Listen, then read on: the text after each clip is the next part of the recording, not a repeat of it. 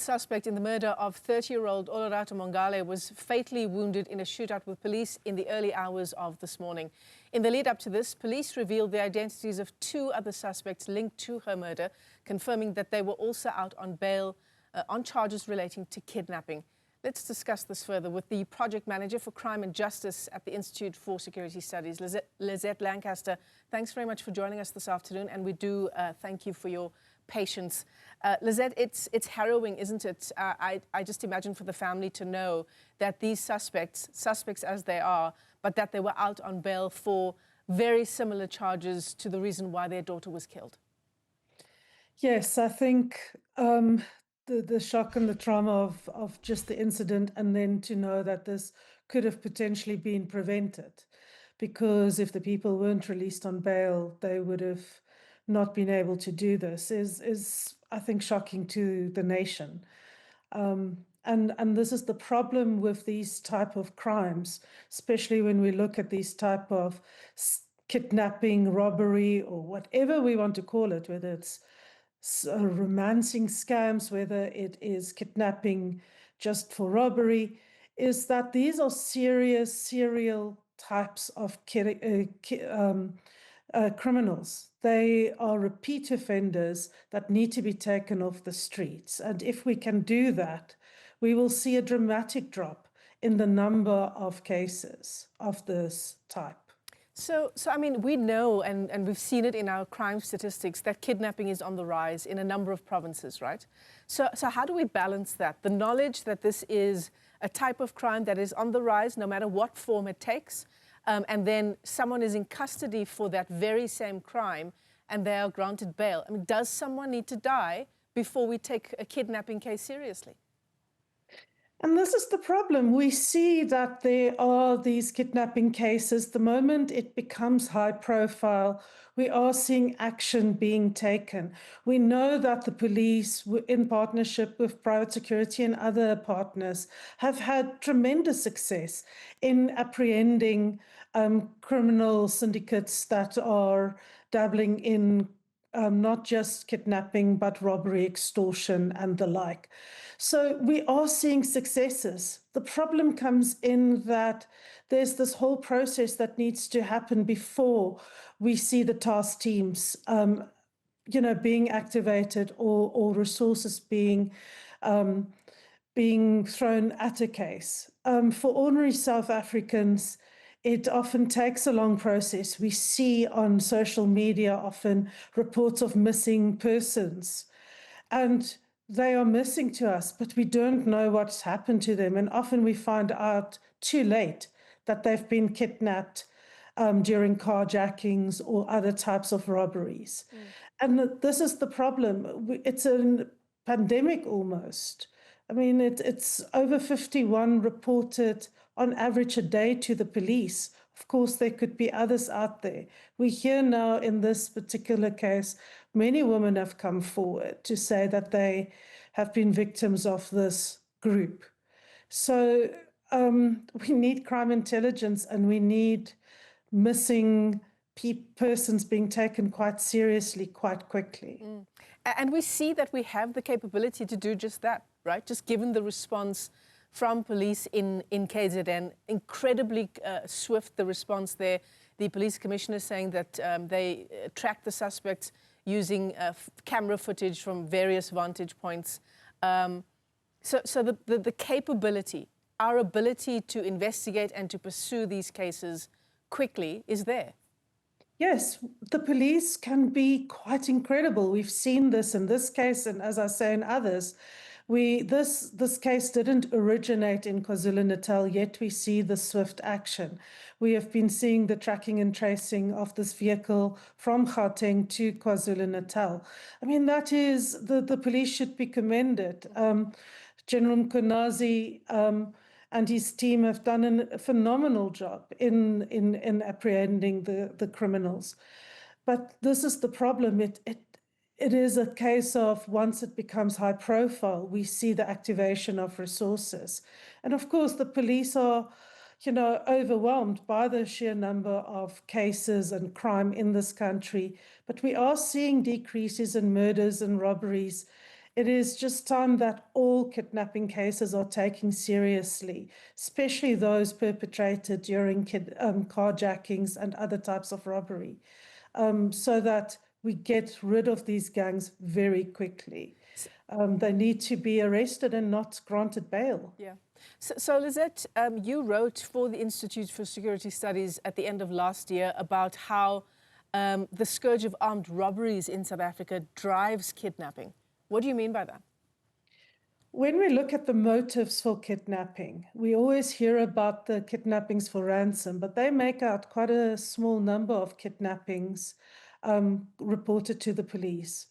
Over 67% of kidnappings reported nationally that motives could be established. It was during the perpetration of armed robberies such as carjackings predominantly, house robberies, business robberies, or those happening in open street places like our streets. And then, of course, 10% are for the purpose of sexual offences that we often see as well. Of course, human trafficking also gets attention, and it's not that those cases are not serious. Of course they are, as we see in the Jocelyn Smith case. But these robberies affect every South African, specifically in our cities. More than half of all these kidnappings happen in Gauteng. Of the ones that happen in Gauteng, 80% are linked to other types of robberies. So we have a huge armed robbery problem. We know daily of people being kidnapped during carjackings, held against their will to draw money and so on. Often now also to get ransom from their families. So it's becoming more evolved, more sophisticated, and poses a huge threat to our security of just people, because it happens so randomly. So that's why we are saying we need stronger crime intelligence to really go after these armed robbery gangs, because they've evolved. They don't just take your car anymore, they take you. Sure. It's incredibly scary. And some years ago, there was a time where there were alerts put out for high-value targets, so-called. There were prominent business people that were being kidnapped for ransom, because obviously they know that they are business owners, they've got a perhaps substantial amount of money. Is that changing now from high value to just anyone is at risk? The modus operandi of ordinary local crime groups are changing. They have seen how successful kidnappings are for these transnational groups or high-level, high-profile groups. So now we are seeing even local groups that deal in extortion and robbery using kidnapping as the modus operandi, because it's fairly low risk, high reward. They learn and they evolve. And in places like Eastern Cape, even in the most rural of places, we are seeing local business people being kidnapped for ransom. And this we can't blame on transnational groups or cross-border groups. We are blaming them on our own citizens that are seeing what a lucrative business this is. In fact, that was my next question to you. Who are the perpetrators here? Because again, some years ago, we were talking about transnational groups, kidnapping for human trafficking, kidnapping for ransom. Would you say it's a crime that's now being committed primarily by local groups?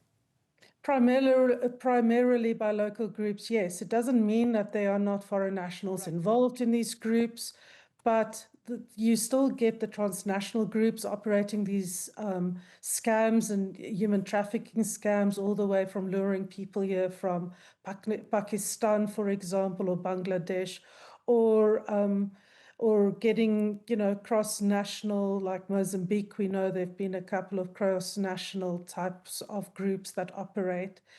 But what we are seeing now is that local groups use this. So these are people operating in our cities. They are the thugs that we see on our streets, terrorizing women and children to and from school, robbing them from their wages and their cell phones. And sometimes these groups have now evolved, because people learn, they evolve. It's like a business to them, into something that is far more sinister. So how do we talk about keeping ourselves safe? You know, the police have talked about cracking, with the case of Olorato Mongale's murder, cracking a kidnapping syndicate. According to the police spokesperson, this is a syndicate that targets young women. They're approached in malls, they're asked out on dates. And of course, you know, her friends, Olorato Mongale's friends, have talked about how she did everything right in meeting this new person, you know, sharing her location, trying to keep herself safe in the ways that we have been told we can keep ourselves safe. So how do we answer that question, Lizette, in a context where nothing is as it seems and clearly no one can be trusted? Yes, I mean, we've seen similar types of scams when students were targeted by the Grinder gang, the so-called Grinder gang, before they were arrested around UJ, being, you know, luring young men on dates. These are sinister people, and of course, Olorato and all the victims did nothing wrong. They did the best they could. And, you know, we must be it's so sad that, you know, none of our young women and men for that matter are safe when just doing the things that young people do. So, look, we just need to be more vigilant. We need to be very careful who we trust on these apps. We need to be very careful if people do approach us in malls, but also, I mean, there are many scams out there that happen on apps, that happen on cell phones, whether it is a custom scam from Bloemfontein Customs and so on. There are many people out there that is trying to just catch us out. Unfortunately, we are now seeing that the scammers become murderers too. And kidnappers, and that's where we need to just be so vigilant. We really need to keep our eyes and ears open for information. We need to use trustworthy sources on social media, because we know there's a lot of fake news out there about scams going on that wastes our energy basically and takes the eye off the scams that are really out there. And we just need to be so vigilant, making sure that we meet people and maybe taking friends along in first meets and so on. But yeah, I don't know. These people are very sophisticated.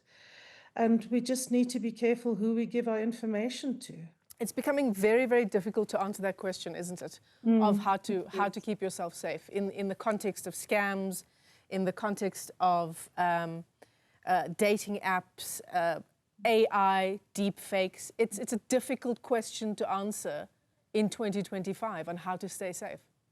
It is, and I wish I had these very clear messages about safety, but we have to just be very aware and educate ourselves, and just be careful of social media, because it can give us a lot of false information and as I say, distract us from the real awareness that we need to have. But it can also be used to put the message out there that, you know, these things are taking place. Lizette Lancaster, thanks for joining us this afternoon. Incredibly important discussion. Lizette is the project manager for crime and justice at the Institute for Security Studies.